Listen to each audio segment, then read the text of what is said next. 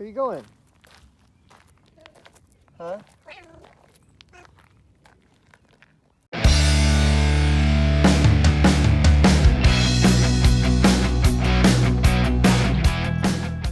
Well, today I want to do something a little different. Sorta.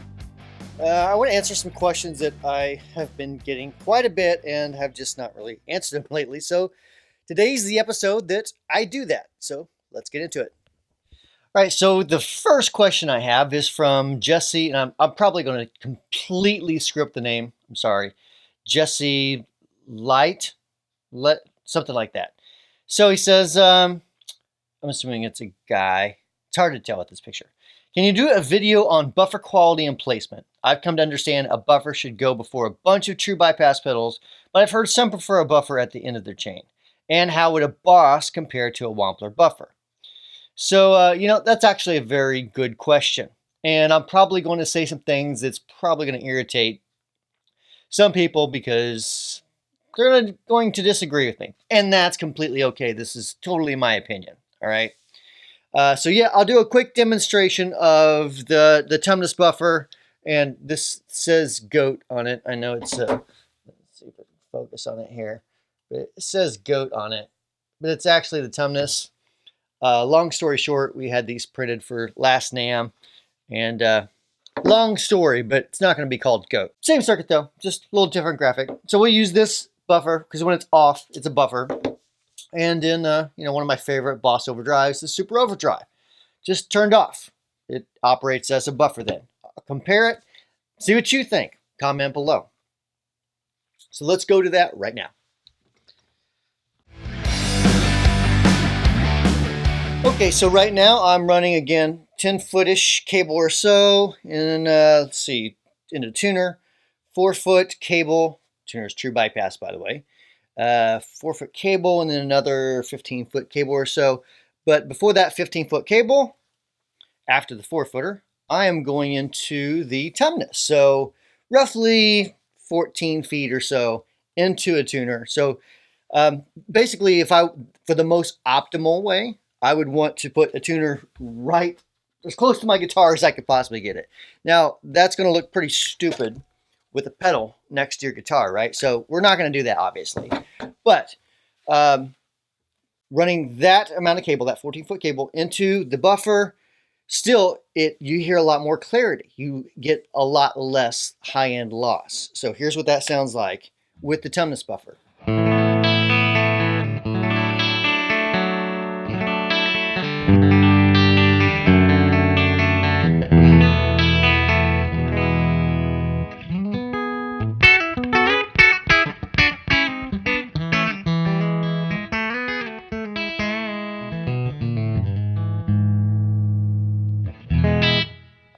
And of course, let's go to the Boss.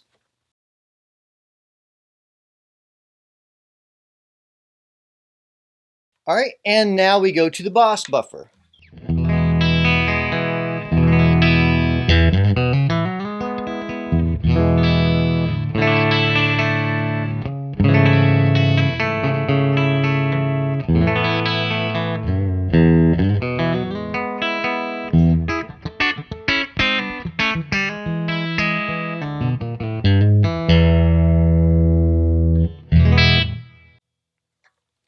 Okay, so now my personal thoughts on this. I think it's easy to overthink something as simple as a buffer. Yes, there are better buffers. I typically like op-amp-based buffers. The Tumnus has an op-amp-based buffer. The DB Plus has an op-amp-based buffer. The Boss SD1, I think they're transistor buffers, but I can't remember. It might be a FET buffer. Anyways, it's not an op-amp buffer. I know that for sure. So, I mean, technically, it's probably not mathematically as good, but let's be really honest here. It's not that critical. Like we're talking 0.01%, right? So if you got a Boss or whatever at the beginning, you're good. You don't need to buy a separate buffer. I wouldn't buy a separate buffer for that purpose at all. I wouldn't do it. So that's my recommendation to you. All right, so the next question is from, and again, I'm probably going to butcher this up, Seesaw? I'm going to guess that. He says, I have, oh, well, let me back up first. So basically, this was on a video where I was talking about a Hot Rod Deluxe and some quote-unquote tricks that you can do to make it sound better. One of them was using a little volume box. And all the volume boxes, you can find these on eBay and Amazon, and I think JHS makes something like this as well. But basically, it's a passive thing, meaning your signal comes in, it attaches to a potentiometer. Basically, a potentiometer is what you put a knob on. It attaches to a potentiometer, and then it goes into your effects loop. And it basically acts as a master volume. And so what they had asked me is, they said, I have a 1950s Magnatone 213A rebranded harmophone. Sounds amazing cranked, but I really never get to hear the natural overdrive because it's practically louder than my Marshall stack. It's old as heck, so obviously it doesn't have an effects loop, just a remote send. How would I do this? Would I have to solder a box in between the speaker wires? And I'm bringing this one particular comment up, but it was all like, I had tons of comments of people asking if they could use it as an actual attenuator, meaning connecting between the power amp and the speaker. No. And I even said that in the video. Don't do that. Don't do that. You're going to fry your amp. You're going to burn something, not set your house on fire. This is a 2-notes capture. It does several things, but one of the things it does as well is it's an attenuator. So it drops it down 20 dB if I want to. Or it can just not drop it down at all, and I can record direct in. But the whole point of it is there's a lot more circuitry involved, generally speaking, to take all that power from the power amp and kind of get rid of it in the form of heat or some other way, but generally in the form of heat, which is why this has a fan on the back of it. And don't use like a simple potentiometer to connect between your power amp and speaker. That's a bad idea, and watch the video. I said don't do that. All right, next question. This is from Joe Paluca, and the video was easy solution to fix noisy guitar pedals. So in this video, I was trying to help people with noise problems that they may have. Just some simple solutions that are often overlooked. And of course, you're always going to get some shitty comments, and one of them, this is one of them. This is BS. I had severe hiss from a couple of Boss pedals using their Boss 9-volt adapter. I watched this, went out and bought a Voodoo Lab Power 2 Plus for nearly $300. The result? The hiss is just as bad as before. Don't believe YouTube videos like this. There's more to it.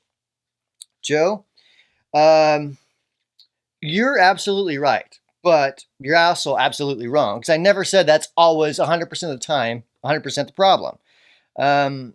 There's a million things it could be. You could have the gain up all the way on your pedals and have hiss from all the gain, and you're not going to get rid of that.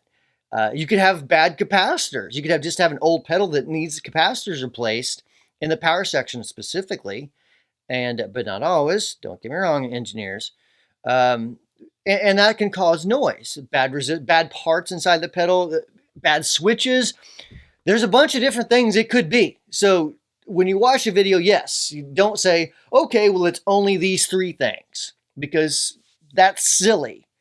And I really believe that most of you are smarter than that. So, but for those people who seem to think that there's like a set way things happen, sometimes it can be more complicated than that. Sometimes it can just be simply, you're in a room with a lot of fluorescent lights, and every time you turn on your pedal board, you get a bunch of noise. Or maybe your room backs up to the laundry room, and every time someone runs the dryer, you get a bunch of noise through your amp. Well, those are things that, things like that happen, and it's just part of it. So, all right, let's go to the next one. Okay, so this is from Sayash. I think so. Okay, they say, because it's a picture of a tiger, so I'm not sure if it's male or female. I still have some confusion. Why not tweak okay, so back up. A video with 6 ways to use an EQ pedal for better tone and Fender Hot Rod amp tips. Actually, this is the same one that I think this is the same one that I did the little volume trick on it in the master volume. So I still have some confusion. Why not tweak the EQ on the amp or the drive pedals? Why the need to buy a separate EQ pedal? Because the amp's EQ is completely different. I've covered this in other videos as well. I cover with, like, you could see like the EQ frequency curves and stuff. So maybe I actually just need to demonstrate it one more time so everyone understands. An EQ pedal and an amp EQ, completely different frequencies. They work different. They affect things differently. They're in different parts of the circuit. So if you have an EQ, just for example, if you have an EQ pedal, or if you have your EQ on your amp, maybe within the circuit itself, maybe it's before things really start to gain up. It's going to be a different sound than with the EQ after that gain. Done videos on this a million times as well. It's in that video. I demonstrate that. But besides that sort of thing, let me just show you what happens. Okay, so first of all, let's move the bass. Right now, everything is straight up and down on EQ on the Bravado. Let me turn the bass all the way down, all the way up here in just a second. First, my bass tone again. Bass, you know, not bass guitar, but bass. All right, let me turn the bass all the way down.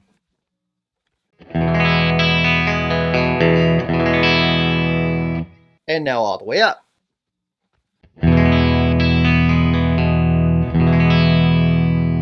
Same thing with the mids. I'll start with it all the way down, then all the way up.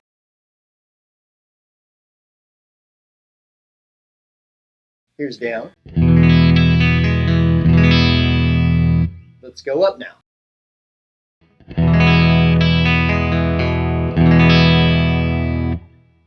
And now on to the treble. Here's down.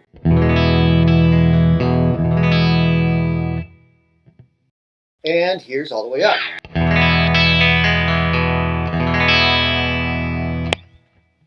So let's take that piece by piece. First of all, with an EQ pedal, we have all kinds of different frequencies, right? So on the Boss EQ, we have 100. We got to kind of separate this a bit into like frequency spectrum. So let's call 100 and 200.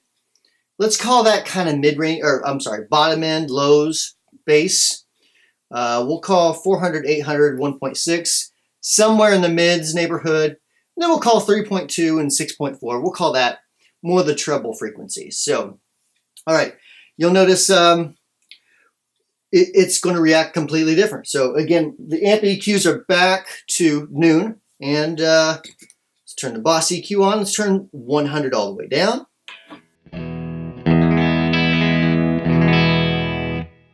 Let's turn it all the way up.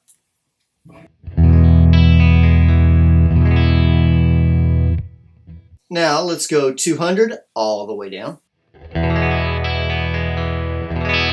And all the way up.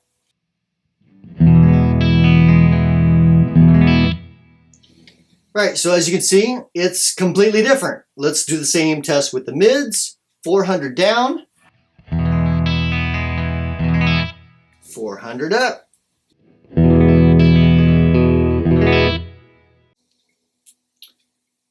$800 down,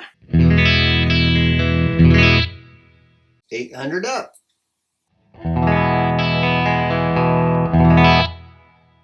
And then 1.6 down, 1.6 up. I hope you're seeing the point here. 3.2 down, up. And finally 6.4 down and up. So as you can see, it's still affecting those frequencies, but it's kind of more narrow, as I've explained before, rather than a passive EQ like you'll find on an amp, where passive being you have the signal and then you stick the tone stack in and it drops everything down a bit. But not evenly. It's not flat. It's still got shape to it. And when you raise that bass up, it raises a bunch of stuff up. More bass, and some mids, and it changes a bunch of different things at once. look online for, there's a website called the Tone Stack Calculator. You can play with this all you want and just move the sliders back and forth and see what those frequencies are doing. And that's really, if you're more of a visual type of person, that's a fun thing to play with to kind of get a grasp on what amp EQs are actually doing. Other than that, this is the most basic way I can possibly explain it. So anyways, hope that helps you. And all right, let's take one more question and call it a day. Oh, you know what? I should probably back up a little bit and explain the why. I mean, I kind of did explain the why on the EQ, but the ultimate reason is because it sounds different. And if we're chasing a certain sound, if we're trying to achieve a certain sound, if you like to try to get things just right to what sounds good to your ear, there is no better tool, in my opinion, for using an EQ pedal. Now, we have the Boss here, so we make the Equator, which is EQ that I designed, I think, a year or two ago or so, and it's sort of semi-parametric. You can do a lot of the same things you can do with the Boss, but it is a little bit more variable, in my opinion, and it's a cool feature. But the overall idea is that you can tweak things a lot more if you have an EQ pedal in the signal path. If you want to really, really be a tweaker, you have 2 EQs in the signal path. But then again, now we can be introducing even more noise into our signal. As you're changing those sliders, as you're changing those knobs, you can introduce more noise just from the gain. So, all right. So last question. All right, so this is a good one. This is just a case of not really reading the manual. This was on a video about, I think it was about the Tumnus. I was demoing the Tumnus. And Missing Link 27 says, this pedal eats 9-volt batteries. Actually, it's the Tumnus Deluxe. And yeah, it does. Because it's, like I've mentioned before, like the Klon circuit, which it's loosely kind of based around that sort of circuit. It boosts that voltage up quite a bit. So it takes 9 volts and turns it into roughly, I think it's like a 27 volt difference. That's going to eat up a battery. And I believe we even say that in the manual. And when I explained that, he said, well, your manual says it's best if you use 9-volt batteries. Missing Link, no, it doesn't. It says use only 9 volts, meaning use only a 9-volt adapter into this. As I did a few videos ago, if you use more than 9 volts into it, you're going to smoke it. You're going to burn it up. That doesn't mean use 9-volt batteries. It means only use 9 volts to it. So anyways, hope you liked the video. I love reading the questions. I can't always get to all of them, but I try to pick out the ones that I feel may benefit the most amount of people. Please leave a comment below if you have a question. Love to hear from you, just your overall thoughts, what you thought of the video. Make sure you subscribe if you're not subscribed. And we'll talk to you next week with a new video. See you later.